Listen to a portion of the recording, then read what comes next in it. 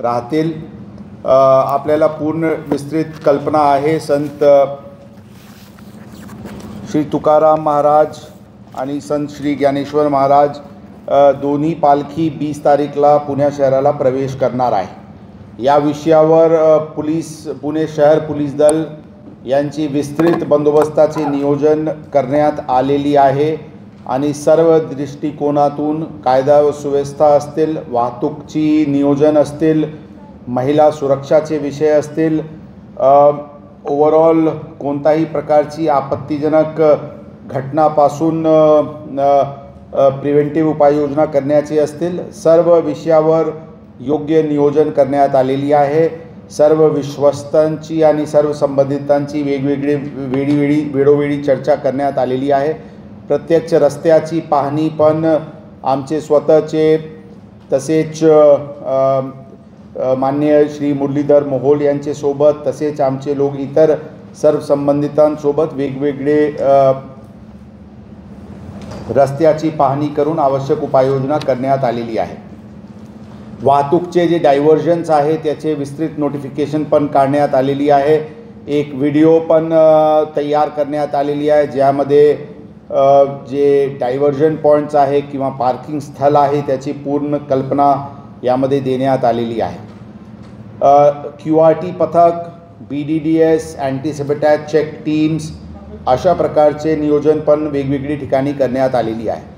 रस्त्यावर काही infrastructure development काम सुरू असल्यामुळे वाहतुकीवर येणारे जे समस्या थोडीशी वाढू शकते त्याचे लक्षात ठेवून विशेष करून विश्रांतवाडी चौक परिसर जिथून पालखीचे एंट्री शहराला होते तिथे काही एक सबवेचे काम सुरू आहेत ज्याच्यामुळे थोडी वाहतूक कोंडी त्या परिसरात आणि ओव्हरऑल क्राऊड मॅनेजमेंटचे चॅलेंजेस तिथे येतील त्याचे नियोजन करण्यात आलेली आहे। त्याचबरोबर मुक्कामाचे ठिकाण असतील किंवा गाडीतल जिथे जास्ती क्राऊड असते त्याचे पण नियोजन करण्यात आलेली आहे आणि दिवे घाट परिसरात जे घाट परिसरात रोड वायडनिंगचे काम सुरू आहे आणि रिसेंट जे माउंटेनस टेरेन एरियाजला ब्लास्टिंग करण्यात आलेली आहे आणि पाऊसचे हे सीझन आहे त्याचे लक्षात ठेवून कोणताही प्रकारची लँडस्लाईड सारखे स्थिती होऊ नये तसेच लोकांची सुरक्षाला काही विपरीत परिणाम होऊ नये यासाठी आवश्यक खबरदारी घेण्यात येत आहे। NDRF टीम्स विश्रांतवाडी आणि दिवेघाट या परिसरात राहणार आहे त्याचे रेकी पण होतील। काही आपत्तीजनक घटना घडली तर इमिजिएटली रिलीफ रेस्क्यू टीम्स पूर्णपणे सुसज्ज ठेवण्यात येत आहे। यावर्षी काही ऑर्गनाइज्डरित्याने मॅन काउंट चे आर्टिफिशियल इंटेलिजन्स सोबत मिळून काही व्यवस्था विश्रांतवाडी चौक जवळ आणि दिवेघाट जवळ आणि वटकी नाला या परिसरात ते पण लावण्यात येत आहे जेणेकरून एक्झॅक्टली किती वारकरी शहरात प्रवेश केले आणि किती वारकरी दिवेघाट परिसरात किंवा लोणीकंदचे परिसरात किती वारकरी आले आणि पुणे ग्रामीण हद्दीत गेले त्याचे पण कल्पना आपल्याला योग्य प्रमाणे होऊ शकते। त्या दृष्टिकोनातून हे व्यवस्था करण्यात येत आहे।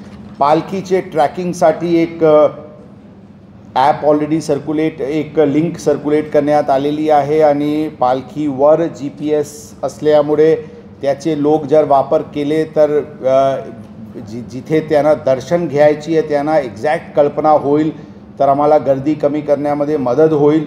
लोकांनी त्या लिंकवरून ते पालखीचे लाईव्ह लोकेशन्स बघू शकते।